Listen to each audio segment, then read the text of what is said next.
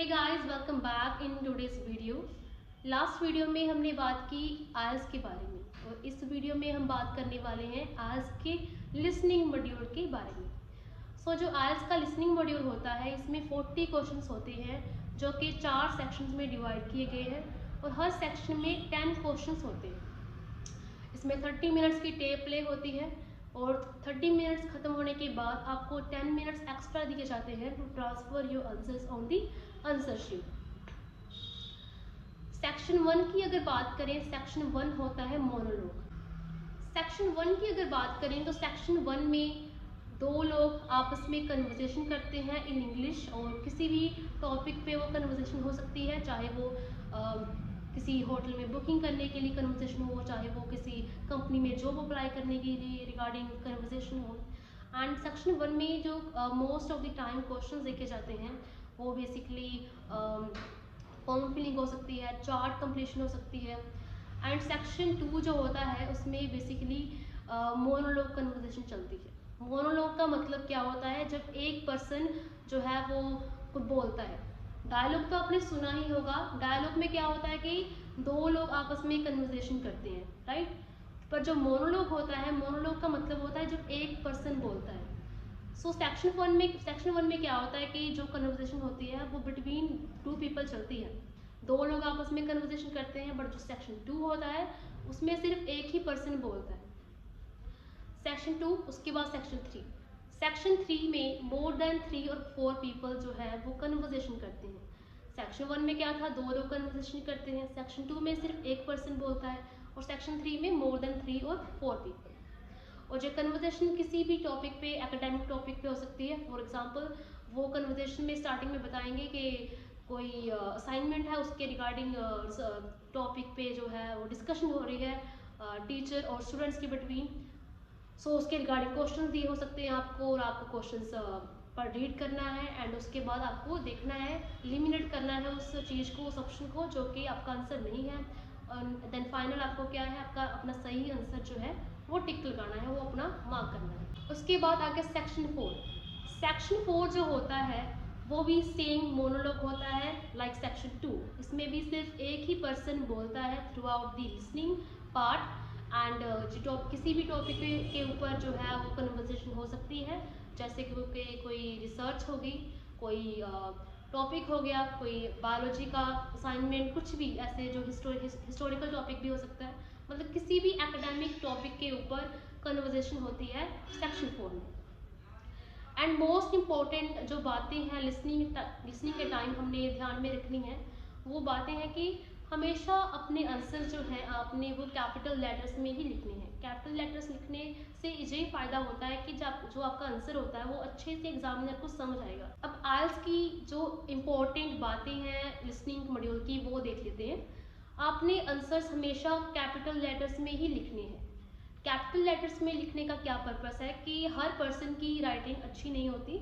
अगर आप अपर और लोअर लेटर में लिखोगे तो हो सकता है कि आपके जो वर्ड्स हैं वो लाइक कंफ्यूजिंग हो, क्योंकि जो आपकी लिसनिंग और रीडिंग के आंसर्स होते हैं वो हमेशा कंप्यूटर ही चेक करता है, वो किसी पर्सन के द्वारा चेक नहीं किए जाते। अगर आप कैपिटल लेटर्स में अपना आंसर लिखोगे देन क्या है, आपका जो आंसर है वो सही जाएगा, बिकॉज वो पढ़ने में, रीड करने में अच्छा लगता है, right. Always right your answers in listening and reading in capital letters. And उसके बाद हमेशा अपने इंस्ट्रक्शंस का ध्यान रखना है। जब भी आप लिसनिंग के क्वेश्चंस करोगे, आपने पहले ऊपर इंस्ट्रक्शंस देखनी है कि क्या लिखा है। नो मोर देन 2 वर्ड्स लिखा है, नो मोर देन 3 वर्ड्स लिखा है, या फिर नंबर में आंसर लिखने को कहा है। अगर इंस्ट्रक्शन में लिखा है नो मोर देन 2 वर्ड्स और अ नंबर, इट मीन्स कि आपका जो आंसर है वो 1 वर्ड का भी हो सकता है, मैक्सिमम 2 वर्ड का होगा, और उसमें एक नंबर में भी आंसर हो सकता है। फॉर एग्जाम्पल अगर आंसर है $240, तो 240 आप नंबर्स में लिख सकते हो, डॉलर्स आप वर्ड में लिख सकते हो, और आप या फिर क्या कर सकते हो कि $240 को दोनों को वर्ड में कन्वर्ट करके भी लिख सकते हो। इस केस में आपका आंसर गलत नहीं जाएगा, आपका आंसर सही जाएगा। लिसनिंग जब आपकी स्टार्ट होगी देन उसी वक्त आपने अपने कंसंट्रेशन लेवल जो है वो बना के रखना है कन्वर्सेशन में जो बोल रहे हैं लिसनिंग में। बिकॉज लिसनिंग सिर्फ एक बार ही प्ले होगी, आपकी लिसनिंग आपकी दोबारा नहीं प्ले होगी। सो मेक श्योर कि जो वो बोल रहे हैं आपको वो समझ में आ रहा है। और उसके बाद जब हर सेक्शन ख़त्म होता है आपको कुछ टाइम मिलता है क्वेश्चंस रीड करने के लिए, तो उस टाइम को आपने ख़राब नहीं करना, आपने उस टाइम का अच्छे से इस्तेमाल करना है, अपने क्वेश्चंस को जल्दी से फटाफट से रीड करना है। उसके बाद जब टाइम आपका ख़त्म हो जाएगा, जब लिसनिंग स्टार्ट होगी, देन आपने क्या है आंसर्स फाइंड आउट करना है कि उसका आंसर क्या है। जो लिसनिंग मॉड्यूल है उसमें 6 क्वेश्चन टाइप्स होते हैं। First is MCQs. MCQs listening और रीडिंग दोनों में काफ़ी कॉमनली देखे जाते हैं। एंड एमसीक्यूज में क्या करना होता है कि वो आपको कंफ्यूज करने की कोशिश करते हैं लिसनिंग में, और आपने कंफ्यूज नहीं होना। काफ़ी ट्रिकी क्वेश्चंस होते हैं। आपने पहले क्या करना है कि जब आपको टाइम मिलता है क्वेश्चंस रीड करने का, आपने पहले क्वेश्चन फटाफट से रीड करना है, मेन कीवर्ड जो है वो मार्क करना है पेंसिल से।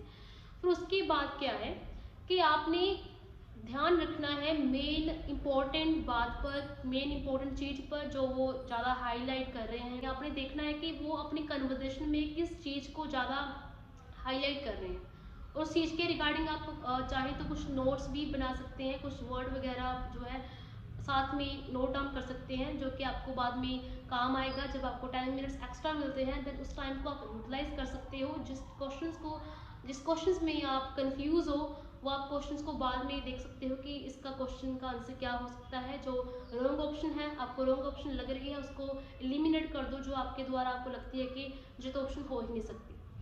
MCQs is just like understanding the content, understand करो कन्वर्सेशन में क्या चल रहा है। एक और इम्पॉर्टेंट बात कि आपको एक्सेंट्स भी पता होने चाहिए। मोस्ट ऑफ द टाइम क्या होता है कि आइल्स की जो लिसनिंग मॉड्यूल है उसमें ब्रिटिश एक्सेंट ही ज़्यादा सुनने को मिलती हैं, बट समटाइम्स क्या होता है कि आपको ऑस्ट्रेलियन एक्सेंट भी सुनने को मिल सकती है। American accent, British accent, Australian accent, जो तीनों एक्सेंट्स हैं इनका आपने ध्यान रखना है, आपको पता होना चाहिए इन एक्सेंट्स के बारे में। और लिसनिंग को इम्प्रूव करने के लिए आप क्या कर सकते हो कि आप पॉडकास्ट सुन सकते हो, जो कि ईजिली आप यूट्यूब पर कहीं पर भी फाइंड आउट कर सकते हो, स्पॉटिफाई पर भी आपको मिल जाएंगे। और उसके अलावा क्या कर सकते हो आप कि मूवीज़ देखना ट्राई करो। मूवीज़ देखने के काफ़ी बेनिफिट्स हैं। फर्स्ट ऑफ ऑल आपकी लिसनिंग इंप्रूव होगी, सेकंड कि आपको क्या काफ़ी सीखने को मिलेगी। एंड ये नहीं है कि मूवीज़ बस देखनी है, मूवीज़ देखते टाइम अपने एक नोटबुक अपने पास रखनी है। इससे क्या बेनिफिट होगा कि नोटबुक पर उन वर्ड्स को नोट डाउन करना है जिन जिन वर्ड्स को आप नहीं जानते, जिन वर्ड्स से आप फैमिलियर नहीं हो, आपको उसका मीनिंग नहीं पता। मूवीज़ में वो वर्ड्स आपको दिखे कहीं पर सबटाइटल्स में आपको सुनने में को मिले, उन वर्ड्स को आपने नोट डाउन करना है। उसके बाद मूवी खत्म होने के बाद आपने गूगल पर जाना है, उसका मीनिंग नोट डाउन करना है, उसके सिनोनिम्स लिखने हैं, उसको सेंटेंस में कैसे यूज़ करना है वो लिख सकते हो। एंड इसके अलावा आप क्या कर सकते हो कि आप इंग्लिश सॉन्ग्स सुनना प्रेफर कर सकते हो, उसको ट्राई करो, उससे भी आपकी लिसनिंग काफ़ी हद तक इम्प्रूव होगी। मल्टीपल चॉइस क्वेश्चंस के अलावा जो क्वेश्चंस आपको काफ़ी कॉमनली देखने को मिलते हैं लिसनिंग में, वो होते हैं short answer type questions. Simply questions होते हैं, उसमें आपको आपने लिखना होता है कि इसका क्या आंसर होगा, एंड उसमें आपको ज़्यादा नहीं नोट डाउन करना होता, आपको थोड़ा बहुत ही लिखना होता है। इंस्ट्रक्शंस ऊपर गिवन होती हैं, नो मोर देन 2 और 3 वर्ड्स, इससे ज़्यादा आपको लिखने को नहीं कहेंगे। सो उसमें भी आपने मेन ध्यान रखना है, मेन कीवर्ड क्या है आपका, और आपने थोड़ा गैस करना है पहले से ही कि इसका क्वेश्चन का आंसर क्या होगा। मैंने उस चीज़ पे के ऊपर ज़्यादा फोकस करना है लिसनिंग के टाइम। नेक्स्ट टाइप क्वेश्चंस होते हैं हमारे मैचिंग क्वेश्चंस। मैचिंग क्वेश्चंस में क्या होता है कि क्वेश्चंस गिवन है, उसके रिगार्डिंग बॉक्स आपको गिवन होता है, उसमें ऑप्शंस होती हैं, उसमें भी सेम अपने लिसनिंग के क्वेश्चंस पर ध्यान रखना है, सुनना है ध्यान से, फिर एलिमिनेट करना है उस ऑप्शन को जो आपको ऑप्शन लग ही नहीं रही कि ये हो सकती है, या फिर उसके बारे में बात ही नहीं की गई, उसमें भी आपने क्या ऑप्शंस को लिखना है। एंड इंस्ट्रक्शंस का मेन ध्यान रखना है। मोस्ट इम्पॉर्टेंट बात यही है कि लिसनिंग क्वेश्चन करने के पहले आपने इंस्ट्रक्शंस को अच्छे से रीड करना है। उसके बाद सेंटेंस कंप्लीशन हो गया, वो भी काफ़ी इजी है। एंड लास्ट जो सबको मतलब मोस्टली जो स्टूडेंट्स हैं उनको डिफ़िकल्ट लगता है क्वेश्चंस करने में, वो है मैप और डायग्राम टाइप ऑफ क्वेश्चन। आपको मैप और डायग्राम गिवन हो सकता है थर्ड पार्ट में, थर्ड सेक्शन में लिसनिंग के, वो भी काफ़ी ट्रिकी होता है, जो काफ़ी स्टूडेंट्स को मतलब मुश्किल लगता है, काफ़ी जो आंसर्स होते हैं वो फाइंड आउट करना डिफ़िकल्ट होता है। सो आपने ट्राई करना है कि आपको डायरेक्शंस के बारे में पता हो, अपने मेन इंफॉर्मेशन पे ध्यान रखना है, लिस्टिंग में वो क्या कह रहे हैं, लिसनिंग में जहाँ जहाँ वो आपको डायरेक्शंस में ले जा रहे हैं, अपनी पेंसिल साथ में रखनी है और देखना है कि वो क्या बोल रही हैं अपनी लिसनिंग की कन्वर्सेशन में। So that's all for today's video. अगर आपको वीडियो अच्छा लगा हो then make sure to like the video and hit the subscribe button. And अगली वीडियो में मिलते हैं, उसमें हम डिस्कस करेंगे रीडिंग के बारे में। तब तक के लिए स्टे ट्यून्ड।